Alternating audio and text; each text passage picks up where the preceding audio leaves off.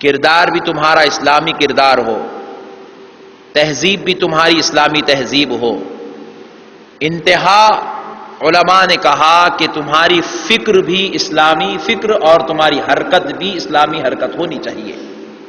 اس مفسرین اکرام نے انہیں عقیدوں کی اصلاح کی طرف بھی منسوخ فرمایا،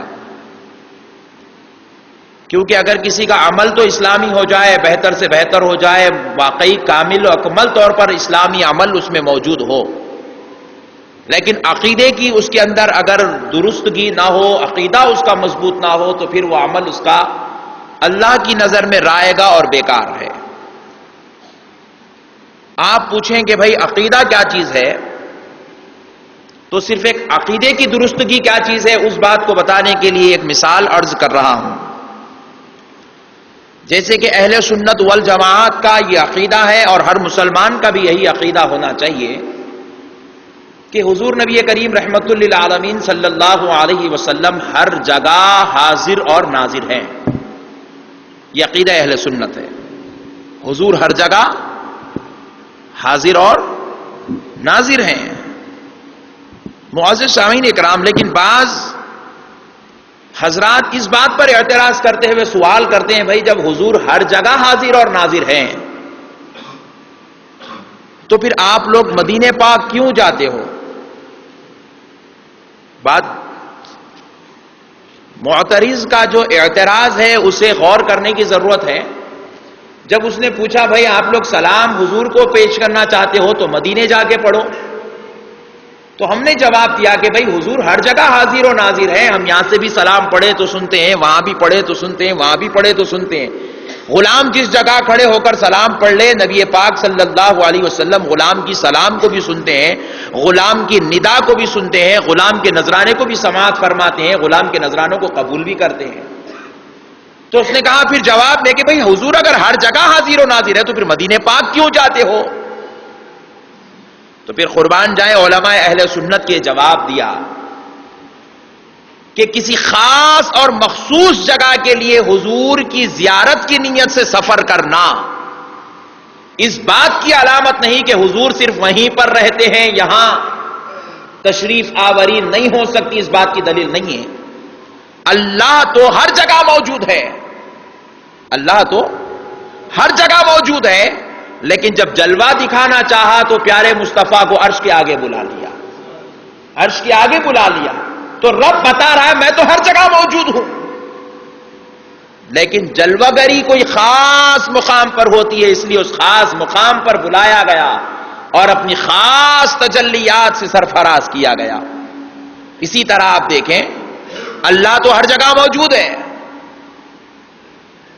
ہر جگہ اللہ موجود ہے۔ یہاں بھی آپ نماز پڑھتے ہیں تو اللہ ہی کے لیے پڑھ رہے ہیں، یہاں جو سجدہ ہو رہا ہے وہ بھی خدا کو ہو رہا ہے، دنیا کے کسی بھی شہر میں سجدہ ہو وہ خدا کو ہو رہا ہے، لیکن خدا غور کیجئے بعض خاص سجدوں کے لیے اللہ بندے کو کعبۃ اللہ شریف بلا لیتا ہے، کہتا ہے کہ یہ موقع ہے آپ کعبے پہ آ جائیں، عمرہ ہے کعبے کو آ کے سجدہ کریں، حج ہے آپ کعبے کو آ کے سجدہ کریں۔ پوچھے مولا سجدہ تو ہر جگہ ہو سکتا ہے، آپ ہی کو ہو رہا ہے، پھر کعبہ کیوں بلایا جا رہا ہے؟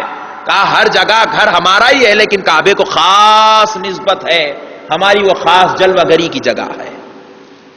تو اسی طرح پیارے بزرگ اور دوستو، تو بعض لوگ اپنی کمزور عقل سے صرف ایک رخ دیکھتے ہیں اور اعتراض کرتے ہیں کہ بھائی اگر حضور ہر جگہ حاضر و ناظر ہے تو مدینے پاک جانے کی کیا ضرورت ہے؟ تو یہ ان کا جواب ہے، اور الحمدللہ آپ قربان جائیں یہ عقیدہ اہل سنت ہے۔ حضور تو ہر جگہ غلاموں کی آواز سنتے ہیں، غلاموں کی بات سنتے ہیں، غلاموں پر نظر کرم رکھے ہوئے، لیکن اب غلام خاص طور پر مدینے پاک اسی لیے جاتا ہے تاکہ روبروئے یار ہونے کی سعادت نصیب ہو جائے، جلوہ مصطفیٰ سر کی آنکھوں سے دیکھنے کی سعادت نصیب ہو جائے۔ تو الغرض معزز سامعین اکرام، تو یہ عقیدوں کی درستگی بھی ہونا بے حد ضروری ہے، اس لیے اللہ رب العزت نے ارشاد فرمایا یا ایھا الذین آمنوا ادخلوا فی السلم کافہ، اے مسلمانوں، اے ایمان والو، اے ایمان والو کامل اور اکمل طور پر اسلام میں داخل ہو جاؤ۔ ایسا نہیں کہ تمہارا عمل مسلمان کا ہو اور عقیدہ غیروں کا ہو، یا عقیدہ مسلمان کا ہو عمل غیروں کی طرح ہو، ایسا نہیں۔ بعض لوگوں کے عقیدے بڑے کٹر ہیں، بڑے مضبوط عقیدے ہیں، اللہ کی بندگی رسول اللہ کی غلامی پر جان نثار کرنے کے لیے تیار ہے، لیکن جب عمل کی بات آتی ہے تو عمل اتنا کمزور اتنا کمزور اتنا کمزور کہ جمعے کو جمعہ نماز پڑھتے ہیں، کبھی محسوس بھی نہیں ہوتا انہیں دیکھنے سے یہ رسول اللہ کا غلام ہے، پھر دیکھے تو نس نس میں رگوں میں محبت مصطفیٰ بھری ہوئی ہے، لیکن پھر بھی اس کے باوجود عمل سے محسوس نہیں ہوتا کہ یہ رسول اللہ کا سچا غلام ہے، اللہ کا سچا بندہ ہے۔ تو اس لیے رب کہہ رہا ہے ہر دو سے، اے عمل کو درست کرنے والوں، تمہیں چاہیے کہ تم عقیدوں کو بھی درست کر لو، جن کے عقیدے درست ہیں ان سے کہہ رہا ہے کہ اے عقیدوں کو درست رکھنے والوں، اب تم اپنے عمل کو بھی درست کر لو، ہر اینگل سے تمہیں چاہیے کہ تم مسلمان نظر آؤ، اور جب کوئی تمہیں دیکھے تو پہچان لے کہ یہ عقیدے کے اعتبار سے بھی مسلمان ہے، عمل کے اعتبار سے بھی مسلمان ہے۔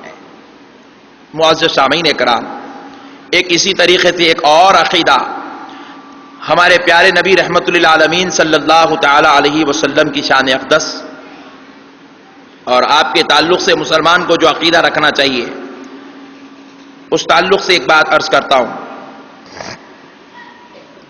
قرآن شریف میں اللہ رب العزت نے ارشاد فرمایا، کفار مکہ جب کبھی بھی نبی کی توہین کرنا چاہتے تھے، جب کبھی بھی انبیاء اکرام کو رسوا کرنا چاہتے تھے، ان کی انسلٹ کرنا چاہتے تھے، لوگوں کے درمیان ان کے مراتب اور ان کے پوزیشنز کو کمزور کرنا چاہتے تھے، تو دیکھیے وہ لوگ کس لفظ کا استعمال کرتے تھے نبیوں کے تعلق سے۔ قرآن شریف میں اللہ ارشاد فرما رہا ہے، اللہ رب العزت نے ارشاد فرمایا، قالوا ما انتم الا بشر مثلنا، اللہ رب العزت ارشاد فرما رہا ہے وہ لوگ جب ہمارے انبیاء کی تعظیم اور توقیر میں فرق لانا چاہتے، ان کی عزتوں کو کم کرنا چاہتے تھے، تو وہ یہ کہتے تھے کہ یہ اللہ کے نبی ہماری طرح بشر ہے۔ اللہ کہہ رہا ہے وہ نبیوں کو اپنی طرح سمجھتے تھے اور اپنے جیسا بشر کہتے تھے، اور اپنے جیسا بشر کہنا اللہ کہہ رہا ہے یہ میرے نبیوں کی شان میں تعظیم میں فرق لا رہے ہیں، بیادبی کر رہے ہیں، گستاخی کر رہے ہیں۔ اور یہ یہود کفار نصارہ کا طریقہ تھا کہ وہ نبی کو اپنی طرح بشر سمجھتے تھے، اور اللہ رب العزت ان کی اس گندگی کو قرآن میں تذلیل کے ساتھ ذکر کر رہا ہے تاکہ دنیا والوں کو معلوم ہو جائے کہ اے قرآن کے پڑھنے والوں قاریوں سن لو، نبی کو اپنی طرح بشر کہنا یہ کسی مسلمان کا عقیدہ نہیں، یہ کافروں کا عقیدہ ہے۔ کافر نبی کو اپنی طرح بشر کہتے تھے، اسی لیے اللہ کہہ رہا یا ایھا الذین آمنوا ادخلوا فی السلم کافہ، مکمل طور پہ مسلمان ہو جاؤ۔ نبی کی شان میں گستاخی کرنا یہ مسلمان کی علامت نہیں، یہ کفار کی علامت ہے۔ اور گستاخی کیا؟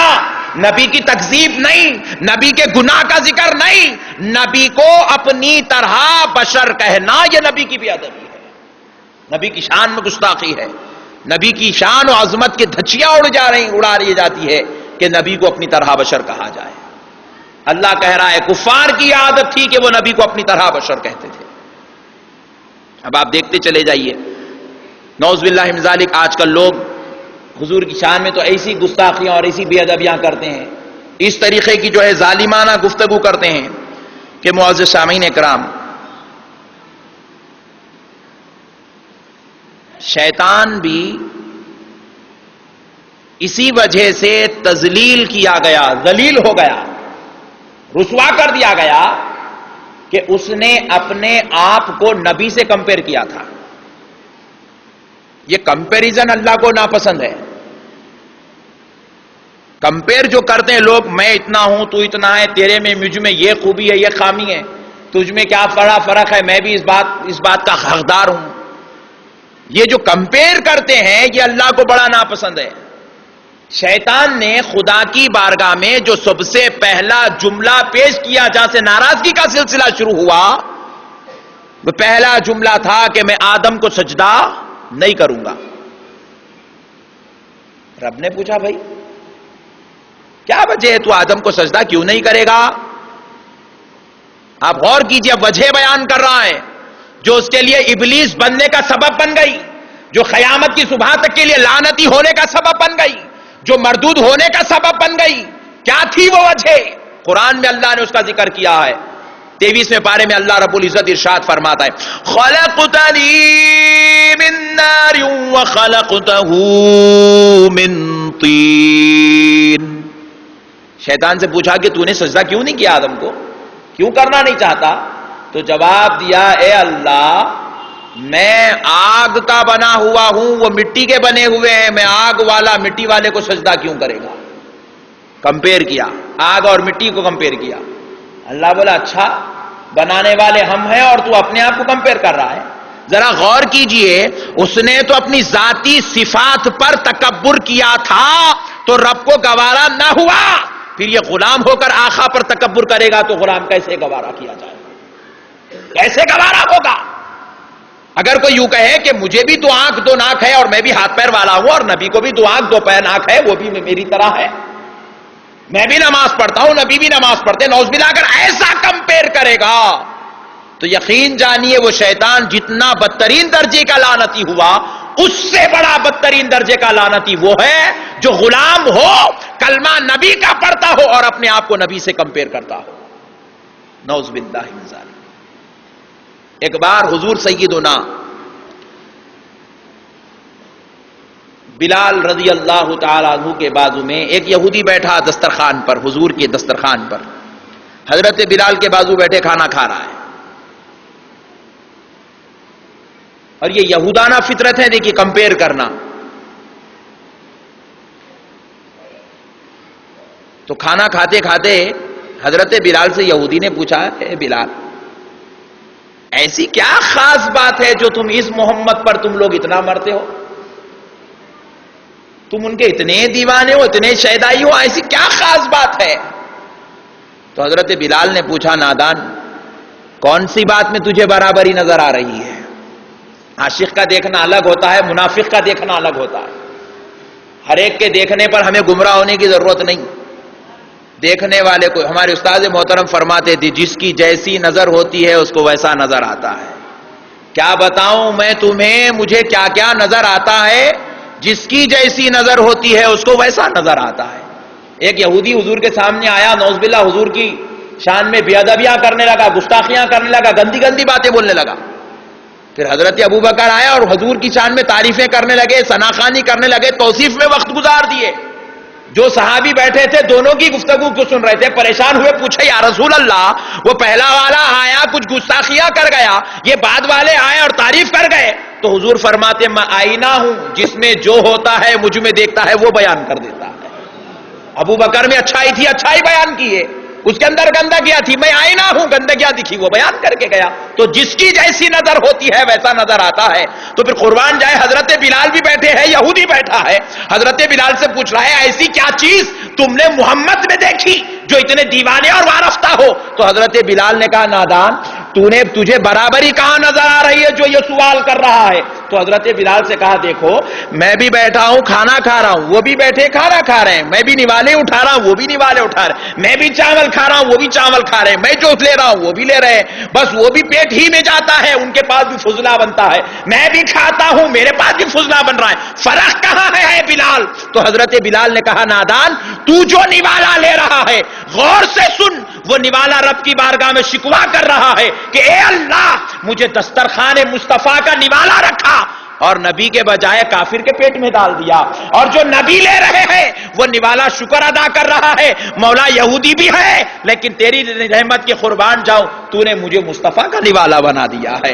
یہ فرق ہے نادان، تو اپنے آپ کو دیکھ رہا ہے اور ہم نبی کو دیکھ رہے ہیں. جو اپنے کو دیکھتا ہے وہ گمراہ ہو جاتا ہے، جو نبی کو دیکھتا ہے وہ فیضیاب اور ہدایت یافتہ ہو جاتا ہے.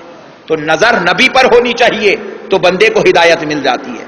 تو اسی لیے شیطان نے کمپیئر کیا تھا مولا میں آگ کا بنا ہوا ہوں اور وہ مٹی کے بنے ہوئے. رب نے کہا نہیں یہ بات غلط ہے، تو اپنے آپ کو ہمارے نبی سے کمپیئر نہیں کر سکتا، اگرچہ کہ تو پہلے پیدا ہوا ہوگا مگر ہمارے نبی کے برابر نہیں ہو سکتا. اگرچہ کہ تو آگ کا بنا ہوا ہوگا، آگ مٹی پر فضیلت رکھتی ہوگی، لیکن تو ہمارے نبی کے برابر نہیں ہو سکتا. جو پہلے پیدا ہوا وہ آدم پر فخر کرے، رب کو گوارا نہیں. جو جس کا کلمہ پڑھ کے مسلمان ہو وہ اس نبی پر فخر کرے، نعوذ باللہ اس نبی کے اوپر تہمت باندھے یا اپنے آپ کو کمپیئر کرے، یہ رب کو کہاں سے گوارا ہو سکتا ہے؟ اس لیے میرے پیارے بھائیوں آج عقیدوں کی درستگی بے حد ضروری ہے.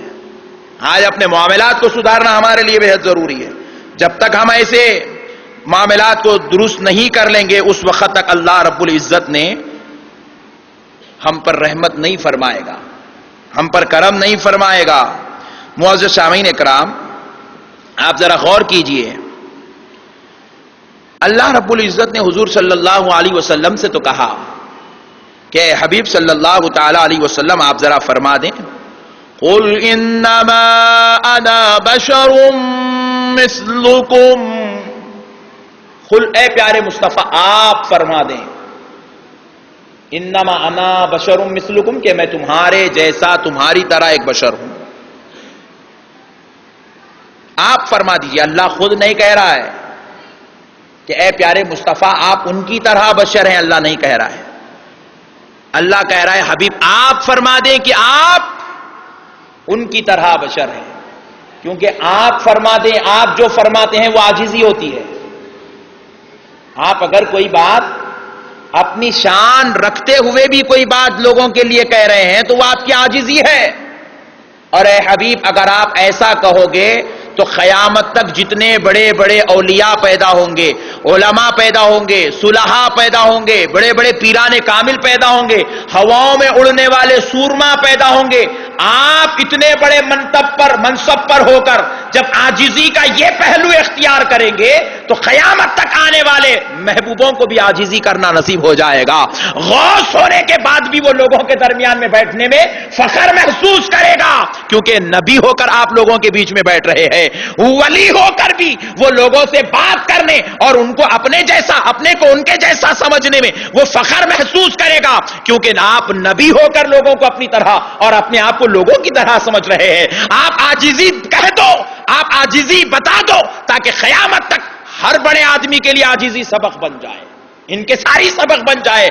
یہ کہہ کر اللہ اولیاء، علماء، صلحاء، بڑے بڑے منصب والوں کو اللہ نے نبی کی عاجزی کے ذریعے سے سبق سکھایا. لیکن افسوس اس بات کا ہے اس آیت کو لے کر بعض لوگوں نے اس کا غلط مطلب نکال لیا. دیکھو بھائی نبی تمہاری طرح بشر ہے، نبی ہماری طرح بشر ہے، نبی ان کے جیسے بشر ہے. ہم نے پوچھا کہاں سے بشر ہے تو کہا دیکھو قرآن میں اللہ نے کہا قل انما انا بشر مثلکم، کہ میں تمہاری طرح بشر ہوں. تو ہم نے جواب دیا نادان تو اس کا غلط مطلب کیوں نکال رہا ہے؟ وہ تو بڑے بڑے سورماؤں کا ادب سکھانے کے لیے، عاجزی کا سبق دینے کے لیے بتایا گیا. اگر نبی یہ نہیں کہتے کہ میں تمہاری طرح بشر ہوں تو پھر غوث بھی کوئی نہیں کہتا کہ میں تمہاری طرح بشر ہوں، کوئی ولی بھی نہیں کہتا میں تمہاری طرح بشر ہوں، کوئی بادشاہ بھی نہیں کہتا میں تمہاری طرح بشر ہوں، کوئی عالم بھی نہیں کہتا میں تمہاری طرح بشر ہوں. اب اگر کوئی عالم کہہ دے میں تم میں سب سے زیادہ عظمت والا ہوں، آپ کان پکڑ کر کہیں گے نادان. جب نبی ہو کر اپنے آپ کو تمہاری طرح کہہ رہے تو عالم ہو کر کدھر حماقت کر رہا ہے؟ تو آج ساری دنیا کا غرور ٹوٹ گیا صرف مصطفیٰ کے ایک قول کی وجہ سے. اس لیے رب نے کہا حبیب آپ فرما دیجئے کہ آپ ان کی طرح بشر ہے. عاجزی سکھانا تھا، لوگوں نے غلط مطلب نکال لیا، اور اب نکال لیتے ہیں تو پھر رب جواب بھیج رہا ہے حبیب اس کا مطلب تو لوگوں نے، نادانوں نے غلط مطلب نکال لیا کہ آپ کو اپنی طرح سمجھنے لگے، گندے معنی نکالنے لگے، برے معنی نکالنے لگے. جو اچھے تھے وہ اچھا سمجھ گئے، جو برے تھے برا سمجھ رہے. آؤ اے مصطفیٰ اب بروں کی برائی کو توڑنے کے لیے آپ کے مقام کا ہم اعلان کر رہے ہیں، آپ کی عظمت کا اعلان کر رہے ہیں، آپ کی شان و شوکت کا اعلان کر رہے ہیں. تو پوچھا گیا مولا میری عظمت کیا تو اعلان کر رہا ہے؟ تو رب نے ارشاد فرمایا کہ اے پیارے مصطفیٰ لیجیے اب ہم آپ کے اوپر ایک مقدس آیت اتارتے ہیں، ایک مقدس کلام اتار رہے ہیں. پوچھا مولا کیا ہے؟ رب فرما رہا ہے وَمَا أَرْسَلْنَاكَ إِلَّا رَحْمَةً لِّلْعَالَمِينَ. اے حبیب جتنے آپ کو بشر سمجھتے ہیں ذرا ان سے کہہ دو نادان میں تمہاری طرح بشر نہیں، سارے عالموں کے لیے رحمت بن کر آیا، سارے عالموں کے لیے رحمت بن کر آیا. تم بشر ہو کر آئے تو تم کسی کے لیے داعی بن کر نہیں آئے، ہم بشر ہو کر آئے تو کسی کے لیے نذیر بن کر نہیں آئے، ہم بشر بن کر آئے تو کسی کے لیے خوشخبری لے کر نہیں آئے. اللہ نے ہم کو اس لیے نہیں بھیجا جا کر کہہ دو تم ذرا محلے والوں سے کہ خدا ایک ہے، ہم نے اس کو دیکھا ہے. ہم کو اللہ نے اپنا جلوہ دکھایا بھی نہیں، ہم کو یہ ذمہ داری دی بھی نہیں.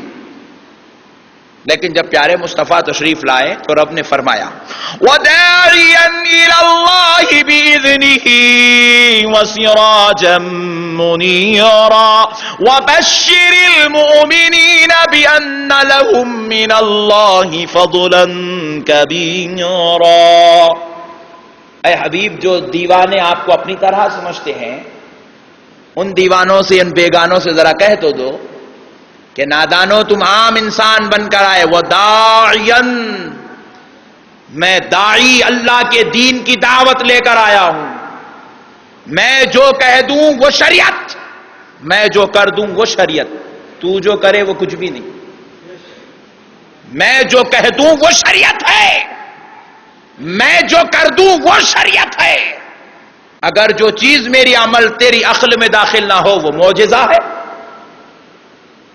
میں کہہ دوں تجھ پہ 2 نماز فرض تو 2 فرض ہے، میں کہہ دوں 5 فرض تو 5 فرض ہے، میں کسی کو اجازت دے دوں کہ تو نے گناہ کیا، جا یہ کھجور کھا لے، بیوی کے ساتھ کھا لے، تیرے گناہ کا کفارہ بن جائے گا، میں کہہ دیا تو وہ کھجور کھا لیا، گناہ کا کفارہ ہو گیا، میں جو کہہ دوں وہ شریعت ہے۔ وَدَاعِيًا، میں داعی بن کر آیا ہوں، تیری طرح عام بشر بن کر نہیں آیا۔ پھر فرماتے ہیں اِلَى اللَّهِ، میں آیا نہیں، مجھے میرے رب نے داعی بنا کر بھیجا ہے۔ جو میری داعیت پر اعتراض کرے گا، رب کی رضا اور رب کی عطا پر اعتراض ہے۔ بِإِذْنِهِ سِرَاجًا مُنِيرًا، کہا پھر میرے رب نے مجھے ایک بہترین چمکدار روشن دلیل بنا کر دنیا میں بھیج دیا، اور حد تو یہ ہے ایسی روشن دلیل بنایا، ایسی روشن دلیل بنایا، کسی صحابی نے پوچھا یا رسول اللہ کیا آپ نے رب کو دیکھا ہے؟ حضور نے فرمایا جی ہاں میں نے رب کو دیکھا۔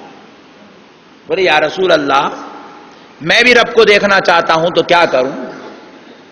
میں بھی رب کو دیکھنا چاہتا ہوں کیا کروں؟ روشن دلیل دیکھیے، میں بھی رب کو دیکھنا چاہتا ہوں کیا کروں؟ تو نبی نے یہ نہیں کہا دعا کر کے تجھے بھی معراج ہو جائے، تجھے بھی عرش بلایا جائے، تجھے بھی جبرائیل لینے آ جائے، نہیں کہا، کیونکہ وہ میری خصوصیت ہے، تو بشر ضرور ہے لیکن اس منصب کا بشر نہیں ہے، وہ میری شان ہے۔ بس اب تیری شان یہ ہے من رآنی فقد رأی الحق، جس نے مجھ کو دیکھ لیا اس نے حق کو دیکھ لیا ہے۔ میرے رب نے مجھے وہ سراج منیرہ بنا دیا ہے، میری یہ شان ہے، بشر ضرور ہوں لیکن میری بشریت کچھ اور ہے، تیری بشریت کچھ اور ہے۔ پیارے بزرگ اور دوستو، اب ذرا غور کریں، پھر کہا شاہداً ومبشراً ونذیراً، میں بشر تو ہو کے آیا لیکن شاہدہ میں گواہ بن کے آیا۔ کس بات کی گواہی؟ اس بات کی گواہی بن کے آیا کہ خدا ایک ہے، خدا ایک ہے۔ آج آپ دیکھیے ہم سارے مسلمان ہیں، سب کہہ رہے ہیں اللہ ایک ہے، اللہ ایک ہے، اللہ ایک ہے، اللہ ایک ہے۔ کسی سے پوچھ لیں بھائی کہاں سے آپ دیکھا، آپ نے دیکھا ہی نہیں، جھوٹی گواہی کیوں دے رہے ہیں؟ تو آپ جواب دیں گے ہم نے تو نہیں دیکھا، محمد الرسول اللہ نے دیکھا اللہ ایک ہے۔ پھر اس کے بعد اللہ کہہ رہا ہے مبشر، خوشخبری دینے والا بنا کر بھیجا، ہر بشر آیا۔ آپ نہیں کہہ سکتے جنت ہے، جنت ہے، جنت ہے۔ آپ اگر آپ کہہ دیں تو آپ سے کوئی پوچھے کہ بھئی آپ نے جنت کو دیکھا؟ بولے نہیں میں نے نہیں دیکھا۔ پھر آپ خوشخبری کیسے سنا رہے ہیں؟ جنت ہے، جنت میں جانا ہے، جنت میں ہم رہیں گے، ایمان والے جنت میں جائیں گے، خوشخبری کیسے سنا رہے ہیں؟ تو آپ جواب دیں گے میں اپنی طرف سے نہیں، مجھے مصطفیٰ نے جو سنایا ہے میں وہ تم کو سنا رہا۔ حبیب پاک سے پوچھا یا رسول اللہ آپ کہہ رہے جنت ہے، کیا آپ نے دیکھا؟ حبیب پاک فرما رہے میں نے جنت تو جنت، نادان جنت میں اپنے غلاموں کو بھی دیکھا ہے۔ حضور صلی اللہ علیہ وسلم دوسرے دن معراج کی رات جب ہوئی، دوسرے دن بیٹھے مجلس میں، حضرت ابو بکر، عمر، عثمان، علی سارے صحابہ ساتھ میں۔ حضور نے حضرت ابو بکر سے کہا اے ابو بکر میں نے کل رات جنت میں تمہارا محل دیکھا ہے، اور تمہارا محل بڑا سرخ یاقوت سے بنا ہوا ہے، زمرد سے بنا ہے، اس کے اندر ایسی نہریں ہیں، اس کے اندر ایسی ایسی جو ہے حوریں ہیں، وہ ساری رحمتیں سرکار نے بیان کی حضرت ابو بکر کی۔ قربان جاؤ حضرت ابو بکر وجد میں آ گئے کہ غلام کے گھر کو مصطفیٰ نے دیکھا، وجد میں آئے اور آ کر کہنے لگے قسم خدا کی ایمان کیا چیز ہوتا ہے وہ بتا رہا ہوں، عقیدہ کیا چیز ہے۔ یا ایھا الذین آمنوا ادخلوا فی السلم کافہ کی اس قرآن کی آیت کی تفسیر ابو بکر ہے۔ حضرت ابو بکر نے کہا یا رسول اللہ قسم رب ذوالجلال کی، وہ گھر بھی جو جنت میں ہے اور وہ گھر والا بھی جو یہاں ہے وہ دونوں بھی مصطفیٰ کے اوپر سے قربان ہے. میں نے دونوں کو بھی قربان کر دیا ہے.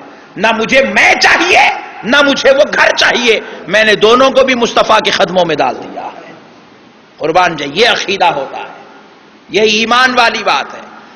تو پیارے بزرگ اور دوستو, حضور کہہ رہے ہیں شاہدہ و مبشرہ, میں ہی بشیر ہوں, میں ہی شاہد ہوں, و نذیرہ, ڈرانے والا بھی میں ہی ہوں. تمہیں کسی اور نے نہیں ڈرایا بندو. غلاموں, تم کسی اور نبی کی بات کو سن کر نہیں کہہ رہے ہو کہ اوپر ایک دوزخ ہے, وہ میں کہہ رہا ہوں. تم کسی اور نبی کی بات کو سن کر نہیں کہہ رہے ہو قیامت آنے والی ہے, خبر کا عذاب بھی ہے, قیامت کی سختیاں بھی ہے, یہ تم نے کسی اور سے نہیں سنا. نذیرہ, یہ تم کو میں نے سنایا ہے. بشر ضرور تم ہو لیکن میری طرح بشر نہیں, مجھے رب نے وہ شان سے سرفراز فرمایا ہے.